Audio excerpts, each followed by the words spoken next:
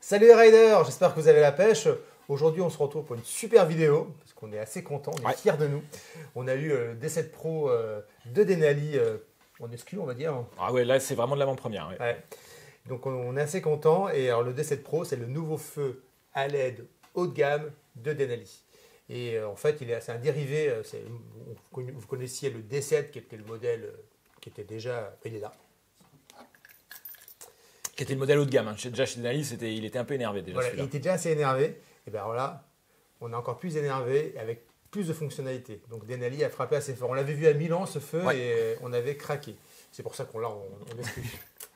Je te laisse présenter les fonctionnalités par rapport au D7 peut-être pour commencer. Avec plaisir. Alors effectivement, donc il s'appelle D7 Pro, donc on pourrait penser que c'est une simple évolution du D7 parce qu'il prend le même nom, il a la même forme, hein, il est à peine plus gros. Hein, tu as vu Michel, le gabarit est le même. Déjà même qui fait la même taille. Sauf qu'en fait, c'est beaucoup plus luxe que ça, ce qu'ils ont fait, et beaucoup plus intéressant. Alors, il y a un aspect, effectivement, c'est une évolution du D7, au sens où il est encore plus puissant que le D7, parce qu'ils ont changé de LED. Il y a toujours 7 LED dedans, mais c'est des LED plus récentes. Donc, c'était des LED de 10 watts dans le D7, là on est à 14 watts, donc 7 LED de 14 au lieu de 10 watts. Donc toujours le même pod. Ouais, donc toujours dans le même pod. Et ça fait que par pod, maintenant, on est à 11 900 lumens. Donc, ça commence à être vraiment monstrueux. À titre de comparaison, le D2, qui est un petit peu le petit feu standard de Denali, qui fait environ 1000 lumens. Donc là, on est à presque 12 000 par pod. Donc c'est vraiment énorme. 24 000. Le D3, qui est lui plus un intermédiaire dans la gamme aujourd'hui des feurons de Denali, c'est un peu plus de 2000. Tu vois, donc il y a vraiment un gap énorme entre les D7, D7 Pro et les autres. Voilà. Donc ça, c'est juste, je dirais, pour la partie puissance encore accrue. C'est simplement lié au fait que les technologies en matière de LED lumineuse évoluent et Denali essaye toujours d'exploiter les technologies les plus récentes. Là où ça devient beaucoup plus intéressant, alors, vous avez vu au passage qu'ils ont des petits filtres de couleur sur la partie centrale. Hein. Donc ils sont livrés avec. Ouais, ils sont livrés avec. Voilà. Chaque pod est livré avec 3 jeux de filtres. Alors ça c'est très intéressant parce que le D7 dans la gamme Denali il n'était pas trioptics. Tu sais, tous les feux Denali qui s'appellent trioptics, nous c'est ceux qu'on aime bien travailler, c'est ceux qui étaient livrés avec des jeux de filtres. Donc soit tu n'avais pas de filtre et on disait on travaille plutôt sur de la longue portée, c'est-à-dire qu'on a vraiment un faisceau qui projette loin, soit on avait des lentilles striées. Donc comme ce qu'on retrouve un petit peu ici, là, les petites stries. Et ça raccourcit un peu la profondeur du faisceau, mais ça le diffuse davantage. Donc on est dans l'esprit de ce qu'on pourrait dire couramment en l'anti-brouillard. Bon, c'est un peu un raccourci, mais on peut le voir comme ça. Donc ils ont rajouté sur ce D7 Pro ces petits filtres. Bon. Mais ce n'est pas ça qui est vraiment intéressant, c'est que si tu prends un D7 Pro, tu vas voir qu'il n'y a plus un câble qui en sort, mais 2. Donc là, sur celui-ci, c'est... Voilà. Ah oui, effectivement. Et en fait, le D7 Pro, c'est pas juste un D7, c'est pas juste un feu, en fait, c'est quasiment 2 feux en un seul pod. Et c'est pour ça qu'il a 2 câbles. En fait, il y a 2 circuits dedans. Et tu vas pouvoir piloter indépendamment, pas forcément, mais c'est tout l'intérêt du produit. Hein. Tu peux piloter indépendamment les 3 LED, excuse-moi, de la bande centrale, donc là où il y a le filtre. Je vais essayer de faire une démo. Et les 4 LED, donc 2 du dessus et 2 du dessous, c'est un autre circuit. En fait, donc c'est comme si tu avais 2 feux en réalité en termes de pilotage. Donc là, tu es sur le circuit, on va dire, principal. Donc c'est les 2 LED du haut et du bas. Alors j'ai essayé de passer sur l'autre. Qui, elles, dans tous les cas, ne seront pas filtrées. Donc on pourrait se dire, ça c'est le circuit que j'utilise en feu additionnel pur pour faire de la longue portée. Et que si tu les mets à 100%, donc là ils sont... Alors on utilise un dial dim là pour la démo, on parlera après du câblage. Mais là on est sur un dial dim, donc on peut s'amuser à piloter la luminosité, l'intensité lumineuse de 0 à 100%. Oui. Voilà. Là tu es sur le deuxième circuit, donc c'est au niveau du filtre, que tu peux aussi faire varier de 0 à 100%. Alors dans l'esprit, en fait, dans les dernières vidéos d'ailleurs qu'on avait faites sur Denali, on en parlait beaucoup, il y a des combinaisons de feu qui étaient intéressantes à faire, avec par exemple des D7 pour la longue portée, couplés avec des D2 ou des D3 pour un usage plus voie publique. Là, en fait, avec un seul pod, vous pouvez faire les deux. C'est-à-dire que vous avez les 4 LED, les 2 du haut du bas, qui font la longue portée. Ouais, donc là, je suis sur le premier circuit. C'est ça. Je n'ai que les 4 et au milieu... Tu pilotes que celle du bas, voilà. Et si tu passes sur l'autre circuit... Et je peux gérer l'intensité. Exactement. Voilà. Jusqu'à 100%. Où là, tu as tes lumens. Voilà, exactement. Et donc là, je suis passé sur le deuxième circuit. Et quand j'augmente l'intensité... Voilà, on voit bien qu'ici, on ne pilote plus que les bandes du milieu. C'est ça. J'évite de regarder en face, que sinon, sinon je suis aveugle. Je ne mets pas à fond, parce que sinon, en fait, ça va faire un placard blanc au niveau de la vidéo. Vous n'allez plus nous voir. Alors, moi, ce que je trouve génial dans ce principe-là, c'est que dans un seul pod, tu peux avoir à la fois un principe de feu additionnel longue portée en jouant avec tes LED du haut et du bas. Et sur la bande centrale, là, tu peux faire beaucoup plus de choses. Tu peux Alors, tu peux ne pas mettre du tout de filtre et tu pilotes toutes tes LED d'un coup comme un seul gros feu violent. C'est une possibilité. Je vais enlever le filtre. Écarte la petite patte, ouais. Tu l'écartes vers toi. de chaque côté. Hop, Voilà. Donc là, sans feu, on se retrouve sur un D7 classique, mais plus énervé, quoi. Hein, c'est tout. On voit bien qu'ici, pour l'instant, c'est éteint. Alors là, on voit. Je ne sais pas si à l'écran vous allez bien le voir. Bah, vas-y, allume-le. Ouais, on voit pas la grosse différence, parce que c'est tellement puissant en fait.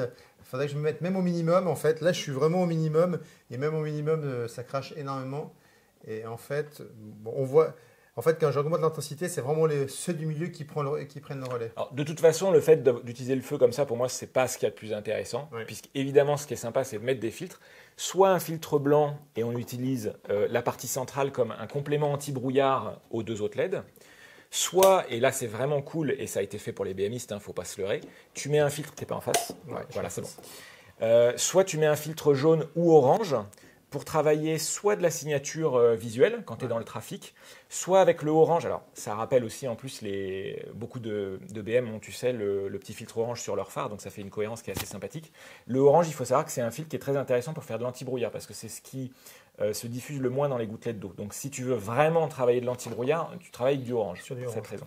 Donc tu as ton filtre qui va diffuser. Et alors là où c'est marrant, c'est que quand tu commences à coupler ce produit avec un CAN-SMART, tu peux avoir dans le même pod tes 4 LED, les deux du haut du bas qui font de l'appoint de plein phare, enfin du longue portée, le milieu qui fait un anti-brouillard quand tu es en roulage normal, voire de la signature visuelle dans le trafic quand tu fais par exemple de la remontée de fil, évidemment. Et tu peux aussi coupler ça à tes clignotants avec un CAN-SMART ou avec un dial dim, et le truc va clignoter à droite ou à gauche et faire répétiteur de clignotants. Donc tu as vraiment, je dirais, toutes les fonctionnalités intéressantes d'un feu dans un seul pod. Voilà. Ouais, c'est vraiment la grande force du D7 Pro. À ce titre-là, je trouve que ce sera presque dommage qu'il ait appelé D7 Pro et pas carrément un autre nom, parce que c'est beaucoup plus qu'un D7 en fait aujourd'hui. Alors, tu parlais du CAN-SMART, mais en fait, il y a différentes solutions de le monter. Évidemment, la solution la plus sympa, c'est le CAN-SMART. Alors, le CAN-SMART, pour ceux qui ne connaissent pas, c'est cette petite bestiole. En fait, c'est simplement le cerveau de pilotage du feu qui est plug and play selon certaines machines. Ouais. Alors, en fait, c'est un faisceau électrique, mais qui a beaucoup d'électronique parce qu'il est prévu pour s'installer sur les motos qui sont multiplexées. Alors, de plus en plus de motos modernes le sont, mais pas toutes. BM, Africa Twin le sont. Et ce qui est intéressant, c'est que ça va permettre de connecter ça au CAN bus de la moto. Donc déjà, la moto va le reconnaître, ne va pas couiner, parce que maintenant, quand tu branches des accessoires électriques sur le multiplexé, ça pose vite des problèmes. Tu as des témoins qui s'allument au tableau de bord. On en avait déjà parlé dans d'autres vidéos de ces aspects-là. Alors, effectivement, avec un CAN-SMART, tu vas vraiment pouvoir t'amuser à utiliser toutes ces fonctionnalités-là en les couplant au fait que sur ta moto, tiens, tu viens de passer en plein phare, tu as activé tes feux de détresse ou tes clignotants droite-gauche. Voilà. Donc ça permet une intégration qui est vraiment idéale. Le câblage est un petit peu pointu en fonction de ce qu'on veut faire, puisque donc on a 2 câbles par pod. Oui. Donc, alors, on va faire du plus simple au plus complexe. Le plus simple, c'est pas le CAN-SMART pour moi? Non, c'est ce qui moi, permet, c'est le plus simple pour bien exploiter le feu. Mais D'accord. c'est ce qui te fait cogiter le plus. Le plus simple, j'ai envie de te dire, c'est livré avec le feu. Tu as un réducteur, si je puis dire. En fait, c'est un Y. Si tu n'as pas la possibilité sur ta machine de gérer différents circuits, machin, avec ce câble, en fait, tu réduis tes 2 sorties en un seul et tu pilotes de concert en fait, les 2 circuits. Et tu n'as finalement qu'un seul gros feu dont tu peux éventuellement faire varier l'intensité, mais c'est tout. Ça a moins d'intérêt. Ça a nettement moins d'intérêt. Si tu fais ça, pour moi, autant aller sur un D7 standard ou un D4 ou un D3. Voilà. Mais sachez que c'est possible. C'est livré avec le feu et voilà, ça réduit les 2 sorties à une seule et tu pilotes tout ça d'un coup. Après, tu as 2 sorties. Donc, le premier truc auquel tu penses basiquement, c'est sur mon CAN-SMART, je prends 2 voies. Là où avant, par exemple, je consommais 2 voies sur 4 de mon CAN-SMART pour faire un jeu de D7 et un jeu de D2, là, je remplace mon D4 et mon D2 par un seul D7 qui fait 2 jeux de feu, qui remplace 2 jeux de feu en fait. Mais tu peux faire un petit peu mieux que ça, c'est-à-dire que tu peux consommer 3 canaux du CAN-SMART et à ce moment-là, tu vas en prendre un pour la partie longue portée, parce que là, sur les 2 feux, tu vas juste piloter la luminosité. En gros, c'est quand tu mets tes pleins phares, par exemple, tu veux être à 100% sur ce circuit-là. Longue portée, j'y suis. Là, non, tu es sur le... Alors, alors, tout ça se paramètre, mais en gros, pour moi, dans l'idée, c'était genre les 2 du haut et du bas, ils sont par exemple à 50% quand tu es en feu de croisement et ils passent à 100% quand tu bascules en feu de route. Par contre, le canal qui pilote les LED du milieu, c'est intéressant de les découpler sur le CAN-SMART pour distinguer le pod droit du pod gauche. Comme ça, tu peux avoir le répétiteur de clignotant droite ou gauche. Donc, je dirais au maximum, pour exploiter vraiment bien le D7 Pro, il faut consommer, si je puis dire, 3 canaux du CanSmart et il t'en reste un de libre pour un B6 par exemple ou un klaxon. Mais en faisant ce branchement, pour moi, c'est le plus intéressant parce que tu peux vraiment exploiter toutes les fonctionnalités du produit. Donc l'autre solution après, c'est le DialDim. Oui, c'est ce qu'on a fait en fait pour notre petit support de démo. Le DialDim, c'est un peu le CanSmart du pauvre, hein, on en avait parlé. Pour les motos qui ne sont pas multiplexées, en fait, ça donne la possibilité de basculer, c'est ce que tu as fait, hein, avec le petit interrupteur en double cliquant, tu passes d'un canal à un autre et avec la molette, tu modules l'intensité. Mais on perd en fait le pilotage type clignotant. Pas forcément. Alors, nous, le DialDim, on l'utilise sur notre support de démo comme ça, très simplement pour montrer l'intensité des feux. Mais en fait, le DialDim, quand je dis c'est le CanSmart du pauvre, ils ont quand même essayé de faire les choses bien. Le DialDim, il a un faisceau qui n'est pas aussi simple que ça. Il a aussi tout un tas de petits fils que tu peux dériver sur tes clignotants, sur ton klaxon, sur machin, de sorte qu'il ait l'info quand tu clignotes. Donc, tu peux refaire quand même le fonctionnement qu'on peut avoir relativement facilement avec un CanSmart puisque c'est très intégré, mais tu peux l'avoir aussi avec un DialDim en faisant les branchements qui vont bien. Oui, et ça fait partie du DialDim. Là, c'est caché, mais attends, je vais te le sortir quand même. En fait, sur le DialDim, donc ça, c'est le module du DialDim, c'est la partie électronique, c'est un relais un peu sophistiqué. Là, on a le fameux fil blanc. Si vous avez déjà fait du câblage de Denali, c'est ce qui correspond au plus après contact pour que le relais sache que la moto est sous tension et c'est parti, on peut faire muse. Mais en fait, regarde, sur le faisceau du DialDim, tu as plein de petits fils de couleurs. Et tout ça avec des petites étiquettes sur lesquelles tu as marqué blinker, turn right, turn left, klaxon, etc. Donc si tu veux les dériver sur ta moto qui n'est pas multiplexée, tu peux le faire. Et à ce moment-là, le DialDim a les infos qui permettent de, par exemple, faire clignoter à droite, faire clignoter à gauche, et ainsi de suite. Oui, en fait, ou flasher quand tu klaxonnes. Vous reproduisez les fonctionnalités du CanSmart, mais manuellement, alors que là, c'est géré de façon électronique. C'est pour ça que je disais que c'était un peu plus simple. Oui, c'est plus simple, mais il faut bien comprendre le fonctionnement du CanSmart et ce qu'on veut faire avec. Parce qu'après, c'est juste du paramétrage sur un soft, sur le PC, en fait. Tu dis, voilà, je veux tel ou tel comportement. Alors que là, on est sur quelque chose de plus traditionnel. Bon, et puis la dernière solution, mais là, on perd réellement les fonctionnalités. C'est le faisceau classique. C'est le faisceau. Non, c'est le DataDim. Le DataDim.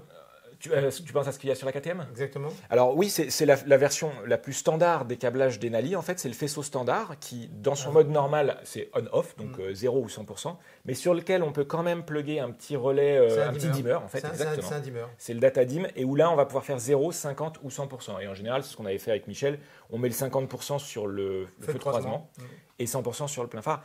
Ça marcherait. Simplement pour moi, quand tu investis dans un D7 Pro, c'est pas pour se limiter à ces fonctions, c'est un peu dommage. Non, mais complètement. Voilà. Mais dans l'absolu, tu peux, bien sûr. Bien sûr. Voilà. Ok. Voilà. Mais comme ça, l'idée, c'est ça, c'est de voir un peu toutes les possibilités. Après, selon la moto qu'on a, on voit si c'est opportun ou pas. Et en tout cas, c'est ça les possibilités que je voulais vous présenter. Donc sur le BM, CanSmart. CanSmart, ça existe. C'est sûr. Sur les KTM, tu as des KTM, Africa Twin. Ténéré, il y a un CanSmart maintenant. Alors, Ténéré, il y a un CanSmart, mais il n'est pas obligatoire. En fait, la moto supporte très bien. Elle a un multiplexage, mais léger, on va dire. Ouais. Voilà. Bon, c'est une T7, on n'est pas sur. Voilà. Mais donc, on peut, sur une T7, soit utiliser le CanSmart que Denali propose, ça facilite grandement les choses. Mais on peut aussi faire traditionnellement, c'est un petit peu plus casse-pied parce que, et je le dis aussi pour d'autres machines que la T7, ayez en tête la chose suivante, de plus en plus les motos modernes, même pas forcément multiplexées, elles ont des feux, des ampoules qui sont à LED maintenant d'origine, qui sont plus des ampoules à filament. Et classiquement sur nos vieilles motos, on a des ampoules à filament et donc quand on passe en plein phare, c'est simple, on chope le fil qui alimente le plein phare. S'il y a du 12 volts, le plein phare est allumé, sinon c'est qu'il est éteint. Et ça c'est un signal que les dimmers ou autres relais savent capter. Sur les motos qui ont des feux à LED, c'est le cas de la T7 ou des dernières Honda, la Transal par exemple est pas pareil, elle a un multiplexage léger mais elle a un feu à LED. Et donc pour capter la mise en route du feu de croisement, tu ne peux pas juste te plugger simplement sur le fil. Il faut, alors, il y a un petit accessoire qui existe pour ça, c'est le Trigger Wizard. Mais en gros, il faut aller lire un signal, une petite variation d'intensité sur un faisceau en fait. Et ça, avec le Trigger Wizard, on sait l'interpréter comme une bascule on-off. Ce qu'on détectait très bêtement simplement avant avec il y a du courant, il y a de courant. Voilà. C'était on-off à la Donc voilà, le fait qu'il y ait de plus en plus d'électronique sur nos motos modernes, il faut avoir ça en tête. Ça implique des petites modifications, mais enfin chez Denali c'est prévu, donc il y a toujours l'accessoire qui convient. Exactement. Bon, top. Voilà. Moi, je finirais juste sur un point. C'est souvent on me dit mais Denali c'est quand même très coûteux. C'est vrai. C'est vrai. Le produit vaut cher. On me le compare à des produits chinois, donc là je ne peux que réagir en disant il faut vraiment avoir un produit Denali en main pour se rendre compte de la qualité de la différence. Nous, en ce moment, avec Jean-Baptiste, on travaille sur de l'importation, sur des produits chinois. Ça, franchement, strictement, ça n'a rien à voir. Rien à voir. Que ce soit la conception du boîtier, la qualité des LED, la qualité du faisceau, tout est premium. En fait, ça vaut son prix. En fait c'est ça qui est important. C'est pas de savoir si c'est cher ou pas cher, c'est est-ce que tu en as pour ton argent. Voilà. Et clairement, pour moi, avec Denali et en particulier le 7 Pro, tu en as pour ton argent, il n'y a aucun doute. Après, oui, il existe des produits moins chers. Exactement. Et on fait de la des concession sur de la puissance, de la qualité de fabrication, mais tu le sens, de toute façon, même tu soupèses les produits, tu vois que c'est beaucoup plus léger. Là, il y a quand même une chaleur, ça dégage des watts, quoi. Ouais. Et quand on les allume, on le sent, quoi. Tu sens la chaleur qui est à dissiper. Donc voilà, bon, c'est un produit haut de gamme. Vous en avez pour votre argent, clairement. Bon, top. Écoutez, j'espère que cette petite vidéo de présentation du nouveau D7 Pro que vous trouverez chez XTMoto vous a plu. N'hésitez pas, si vous avez des questions, à les poser sur les réseaux sociaux. On y répondra avec beaucoup de plaisir. Comme d'hab, ouais. Comme d'habitude. Merci à tous, ciao. Ciao.